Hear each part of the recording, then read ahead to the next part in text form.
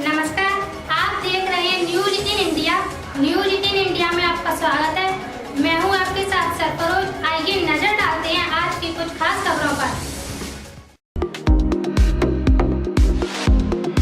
सिकोहाबाद क्षेत्र में इस समय करीब 2 दर्जन से ज्यादा CSC सेंटरों पर आधार कार्ड में अपडेटिंग का काम हो रहा है और धवरई जिला मुख्यालय पर केवल नए आधार कार्ड बनाए जा रहे हैं। अब जो नए आधार कार्ड केंद्र बने हैं वहां पर कोई भी व्यक्ति 50 रुपये देकर अपना मोबाइल नंबर लिंक करवा सकता है, पता बदलवा सकता है, जन्म तिथि में बदलाव करा सकता है। लेकिन जो आधार कार्ड धारक सेंटरों पर जा रहे हैं उनके साथ खुलेआम लूट हो रही है। मैं ये कह रहा हूँ कितने रुपए लिए हैं यहाँ? 150 रुपये ले रहे हैं। 150। हाँ, तो यही तो हम पूछना चाह रहे हैं। सेंटर संचालक अपडेट के नाम पर 150 रुपये 200 रुपये खुलेआम वसूल रहे हैं, क्योंकि ऐसा ही एक नज़ारा सिकोहाबाद के स्टेशन रोड पर कॉमन सर्विस सेंटर पर देखने को मिला। आधार कार्ड करेक्शन के लिए कितने रुपए ले रहे हैं? 150 रुपये। आपको पता है ये सब कुछ फ्री में हो रहा है? हाँ, सब कुछ फ्री में हो रहा है। और ये सर यहाँ पे 2 रुपये ले। यहाँ अपडेट के नाम पर लोगों से 150 रुपये प्रति आधार कार्ड वसूले जा रहे हैं और जो नहीं देता है उसके साथ जनसेवा सेंटर वाला मारपीट कर देता है।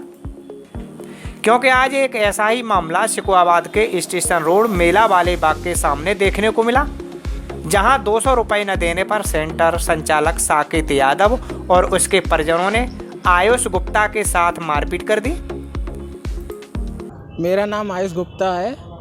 मैं अपने बड़ा बाज़ार का रहने वाला हूँ और आज ऐसा हुआ था कि मैं अपना आधार कार्ड लिंक कराने गया था अपने नंबर से। तो जब मैं वहाँ गया तो जो आधार कार्ड वाले थे उन्होंने मुझसे 200 रुपये मांगे, जो कि आधार कार्ड के फॉर्म पे थे 50 रुपये। तो मैंने जब इनको पैसे देने से मना किया तो इन्होंने मेरे साथ मारपीट की और मेरे को गालियाँ वगैरह दी और ये सारी चीज़ें उन्होंने मारते हुए मुझसे बोला और उन्होंने हटा दिया। पुलिस ने क्या कार्रवाई की? पुलिस को अभी तहरीर दे दी है हमने। बाकी आगे अभी पूरी जांच कर रही है, कैमरे में चेक कर रही है कि क्या चेक कैसे हुई थी। मौके पर पहुंची पुलिस दोनों को थाने ले आई। यहाँ एक बात और स्पष्ट कर दूं कि सेंटर संचालक साकेत यादव का जिले में काफ़ी दबदबा है, क्योंकि उसका भाई पिछड़ा वर्ग मोर्चा में जिला उपाध्यक्ष है। इस वजह से पुलिसकर्मी भी उसकी गलती होने पर पक्ष लेते हैं। रक्षा मंत्री राजनाथ सिंह ने सेना के कमांडर्स कॉन्फ्रेंस को आज संबोधित किया। उन्होंने कहा कि भारत सरकार लगातार सेना को मजबूत करने में जुटी है। रक्षा मंत्री ने कहा कि सेना लगातार कई मुश्किलों का सामना कर रही है और देश की संप्रभुता को बचाने में जुटी है। उन्होंने कहा कि आतंकवाद का मसला हो या फिर घुसपैठ का खतरा, सेना ने हर मोर्चे पर डटकर काम किया है और दुश्मन के मंसूबों को नाकाम किया। मौजूदा स्थिति को लेकर राजनाथ सिंह ने कहा कि भारतीय सेना की तैयारी पूरी है और सेना ने बेहतरीन तरीकों से हालात को संभाला है। उन्होंने कहा कि सरकार सुधारों की गतिविधियां आगे बढ़ाने में सेना को पूरी सुविधाएं उपलब्ध कराने के लिए प्रतिबद्ध है। इससे सभी क्षेत्रों में सेना को पूरा लाभ उठाने में मदद मिलेगी। भारतीय सेना के कमांडरों का 4 दिवसीय सम्मेलन की शुरुआत सोमवार से हुई थी। सम्मेलन का मकसद विचार विमर्श के जरिए महत्वपूर्ण नीतिगत फैसले लेना है। भारत और बांग्लादेश के बीच विमान संपर्क आज फिर से शुरू हो गया। दोनों देशों के बीच एयर बबल समझौते के तहत ढाका से 2 उड़ानें रवाना हुई। ढाका में भारतीय उच्चायुक्त विक्रम दोरइस्वामी और बांग्लादेश के नागरिक उड्डयन प्राधिकरण के अध्यक्ष एयर वाइस मार्शल मफीदुर रहमान ने इस सेवा का उद्घाटन किया। कोरोना संक्रमण की वजह से दोनों देशों के बीच करीब 8 महीने के बाद उड़ान सेवाएं फिर से बहाल हुई हैं।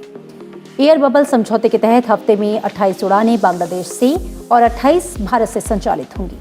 बांग्लादेशी एयरलाइंस की उड़ानें ढाका से दिल्ली, कोलकाता और चेन्नई आएंगी, जबकि भारतीय उड़ानें दिल्ली, कोलकाता, चेन्नई और मुंबई से ढाका जाएंगी। बिहार विधानसभा चुनाव के पहले दौर का मतदान आज पूरा हो गया। पहले चरण की 71 सीटों के लिए 54% से अधिक मतदान हुआ। कोरोना संकट के बीच हुए इस मतदान के दौरान कोविड-19 प्रोटोकॉल का पूरा ध्यान रखा गया। प्रधानमंत्री नरेंद्र मोदी ने लोगों से वोट डालने की अपील की और ट्वीट कर सभी मतदाताओं से मास्क लगाने और 2 गज की दूरी बनाए रखने जैसे आवश्यक एहतियाती उपाय करने की सलाह दी।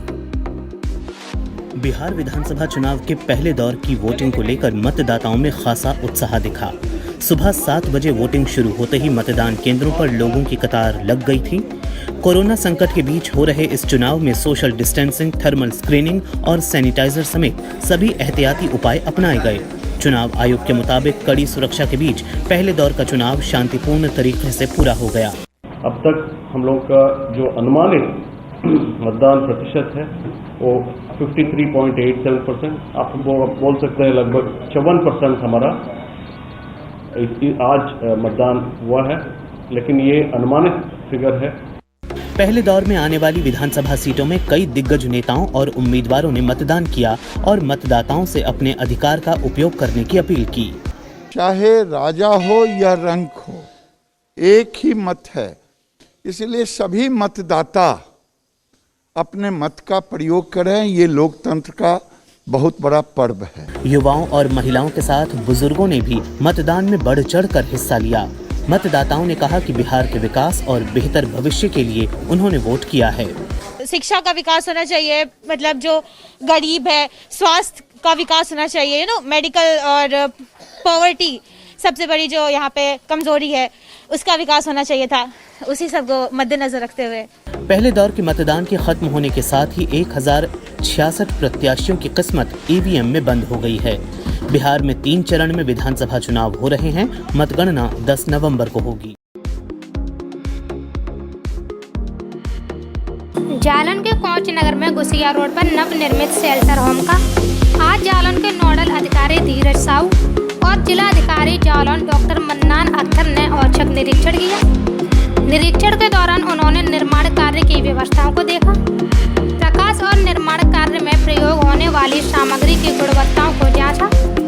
मीडिया से बातचीत के दौरान नोडल अधिकारी धीरज साहू ने जानकारी देते हुए कहा कि यहाँ पर शेल्टर होम का कार्य लगभग कंप्लीट हो चुका है और प्रथम दृष्टया इसका कार्य संतोषजनक लग रहा है। शेल्टर होम का काम लगभग कंप्लीट हो गया है और प्रथम दृष्टया तो इसका निर्माण संतोषजनक लग रहा है।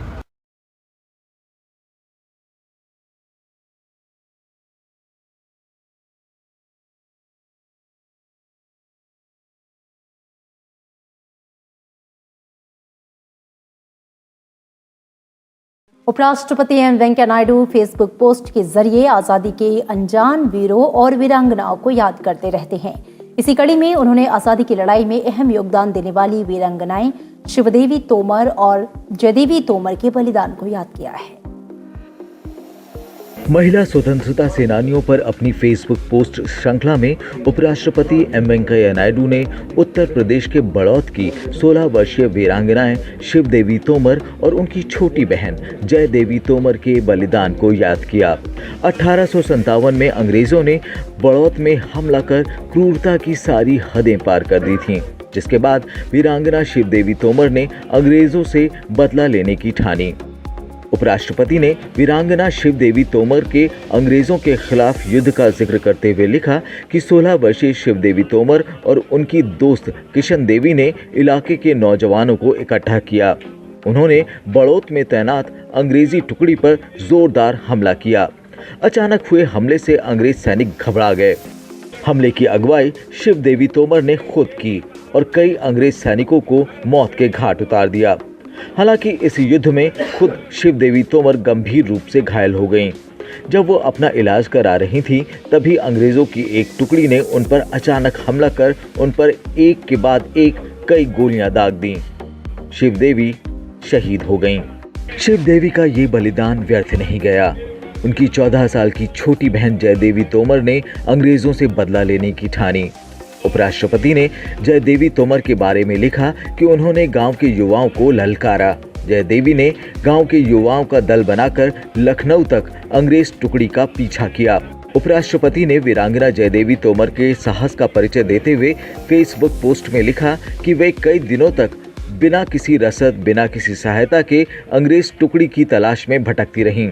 आखिरकार उन्हें वो अंग्रेज सैनिक टुकड़ी मिल ही गई।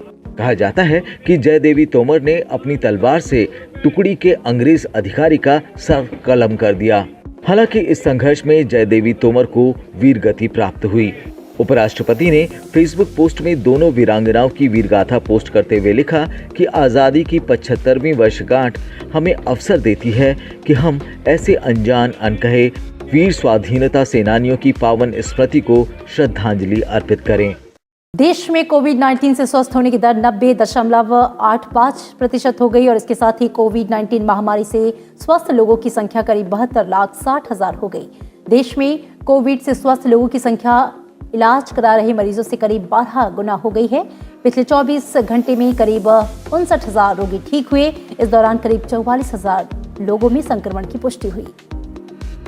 रोजाना स्वस्थ हो रहे लोगों की संख्या बढ़ने और मृत्यु दर कम बनी रहने के कारण भारत में कोविड मरीजों की संख्या कम करने में मदद मिली है। पिछले 24 घंटे में देश में 58,439 मरीज कोरोना को मात देकर ठीक हुए।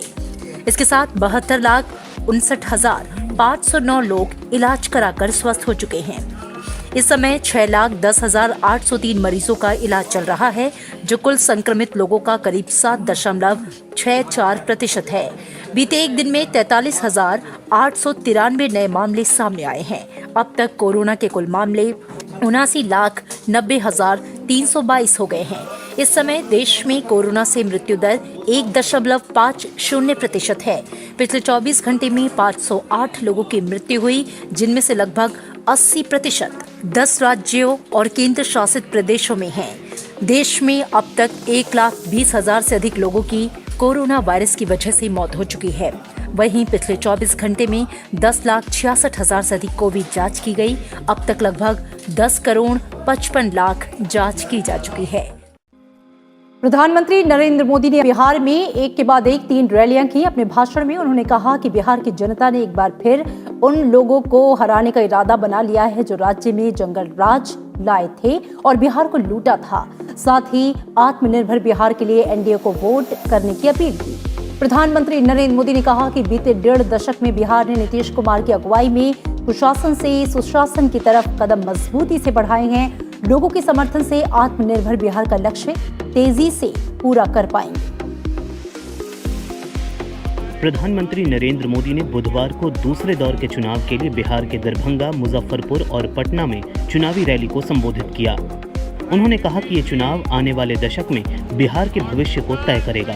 अपनी सरकार की उपलब्धि गिनाते हुए प्रधानमंत्री ने कहा कि आत्मनिर्भर भारत का जो संकल्प लिया है उसे पूरा करने में जरूर सफल होंगे। उन्होंने कहा कि ये समय हवाई बातें करने वालों का नहीं है, बल्कि जिनके पास अनुभव है उन्हें दोबारा चुनने का है।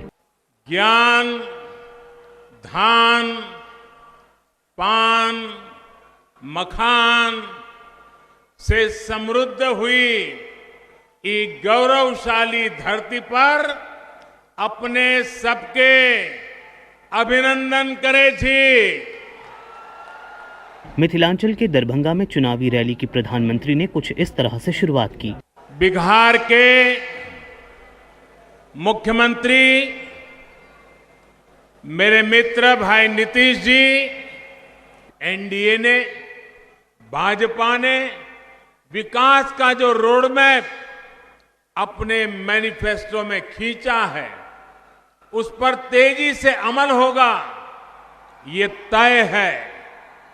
आत्मनिर्भर बिहार का जो संकल्प लिया है उस पर हम और तेजी से आगे बढ़ेंगे। बिहार के लोगों को, मिथिलांचल के लोगों को विकास के ऐसे ही कामों की रफ्तार बढ़ाने के लिए मतदान करना है। साथियों, बिहार के विकास के व्यापक रोडमैप का अगला चरण है आत्मनिर्भर बिहार, आत्मनिर्भर मिथिलांचल। मुजफ्फरपुर में चुनावी रैली में प्रधानमंत्री ने समाज को बांटने वालों से सतर्क रहने की जरूरत बताई। विपक्ष पर निशाना साधते हुए नरेंद्र मोदी ने कहा कि वो दल जिन्होंने बिहार को अराजकता दी, कुशासन दिया, वो फिर मौका खोज रहे हैं। रैली में प्रधानमंत्री ने राम मंदिर निर्माण का भी जिक्र किया।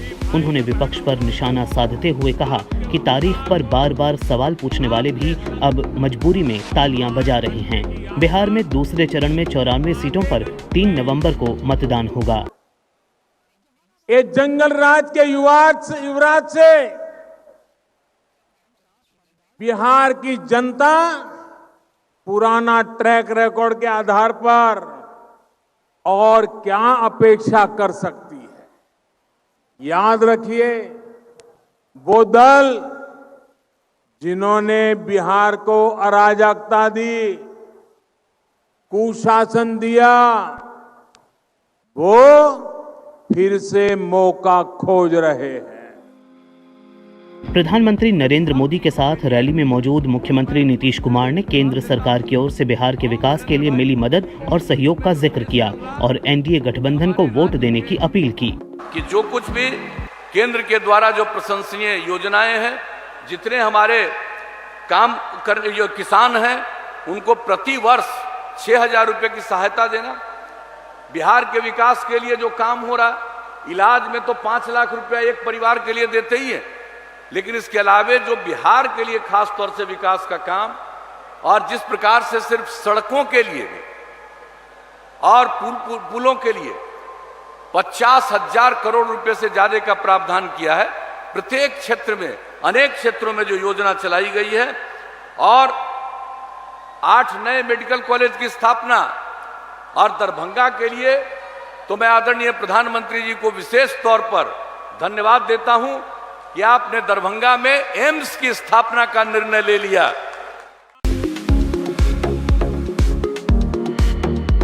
फिरोजाबाद वरिष्ठ पुलिस अधीक्षक सचिंद्र पटेल द्वारा थाना शिकोहाबाद का आकस्मिक निरीक्षण किया गया। निरीक्षण के दौरान उन्होंने शिकायतकर्ताओं से फोन करके फीडबैक लिया। वरिष्ठ पुलिस अधीक्षक थाने में हैं। ये बात जैसे ही नगर के व्यापारियों को पता चली, वैसे ही नगर के कुछ व्यापारिक संगठन भी थाने पहुंच गए। व्यापारियों ने एकजुट होते हुए कहा कि नगर में अतिक्रमण की समस्या बढ़ती जा रही है। बाजार के बीचों बीच वाहनों के आवागमन से हमेशा जाम की स्थिति बनी रहती है। वाहन चालकों को तो परेशानी होती ही है, इसके अलावा पैदल चलने वालों को भी परेशानियों का सामना करना पड़ता है। एसएसपी ने व्यापारियों को भरोसा दिलाया कि बहुत जल्द ही अतिक्रमण से मुक्ति दिलाई जाएगी। इस पर व्यापारियों ने कहा कि दीपावली के बाद अतिक्रमण पर ध्यान दिया जाए तो ज़्यादा बेहतर होगा, क्योंकि त्यौहार का समय है। लॉकडाउन के बाद अब धीरे धीरे बाजारों में रौनक लौटने लगी है। देखिए, आज ये थाना शिकोहाबाद का मेरे द्वारा एक आकस्मिक निरीक्षण किया गया। चूँकि जन सुनवाई पे मेरा सबसे अधिक फोकस रहता है, मेरी सर्वोच्च प्राथमिकता रहती है कि थाने पे जो व्यक्ति आ रहा है उसके साथ किस प्रकार का व्यवहार किया जा रहा है, उसके एप्लीकेशन पे क्या ये लोग कार्रवाई कर रहे हैं, उसी को जांचने के लिए मेरे द्वारा आकस्मिक रूप से आज थाने पे विजिट किया गया। तो थाने पे चूँकि हम लोगों ने प्रत्येक थाने पे 2 महिला अधिकारियों की नियुक्ति कर रखी है अपने यहाँ, जो जन सुनवाई के कार्य को देखती हैं, महिला हेल्प डेस्क के कार्य को देखती हैं। तो उनसे भी फीडबैक लिया गया और उनको भी बताया गया कि जो भी पीड़ित व्यक्ति है उसको आपको रिसीविंग के तौर पे जो हमारे यहाँ पीली पर्ची चलती है, अनिवार्य रूप से उनको प्रदान करें, और उसके बाद उनके प्रकरण को प्राथमिकता पे जो भी डे अफसर है, नाइट अफसर या थाना प्रभारी हैं, उनको अवगत कराएं, ताकि उस पर गुणवत्तापूर्ण और समयबद्ध तरीके से निस्तारण किया गया। इसके अतिरिक्त समाधान दिवस का और तहसील दिवस के जो प्रकरण है उसको भी देखा गया, और कुछ प्रकरण में मेरे द्वारा स्वयं आवेदकों से फीडबैक लिया गया उनके नंबर पे कॉल करके। कुछ लोगों ने उसमें संतुष्टि दिखाई, कुछ लोगों ने चूँकि उनके मामले ज़मीन के थे तो उन लोगों ने उसमें जो है समस्या का समाधान ना होने की बात कही है। ऐसे प्रकरण को हम लोग अभी आगे जो है तहसील दिवस में संयुक्त टीमें बना के निस्तारित कराएंगे। कुछ निर्देश जन सुनवाई को प्रभावी करने के लिए दिए हैं, और मुझे लगता है कि इसमें जो है अच्छी और सुधार होगी थाने पे। अभी आपने ई रिक्शा चालकों के लिए कुछ निर्देश दिए, किस तरह के निर्देश दिए? देखिए, यहाँ पे कुछ लोग आए थे जिनका ये कहना है कि जनपद में काफ़ी खासतौर पे शिकोहाबाद क्षेत्र में काफ़ी संख्या में जो है ई रिक्शा और टिर्री चली, जिसको नाबालिग बच्चे चला रहे हैं। तो इस संबंध में कल से एक अभियान हम लोग शुरू करेंगे, जिसमें सारे ऐसे ई रिक्शा और जो वाहन पब्लिक को कैरी करते हैं उसका हम लोग चेकिंग ड्राइव चलाएंगे, और जो भी इसमें रूल्स का वायलेशन करते हुए मिलेंगे या फिर नाबालिग लोग चलाते मिलेंगे, उनके खिलाफ सख्त कार्रवाई की जाएगी।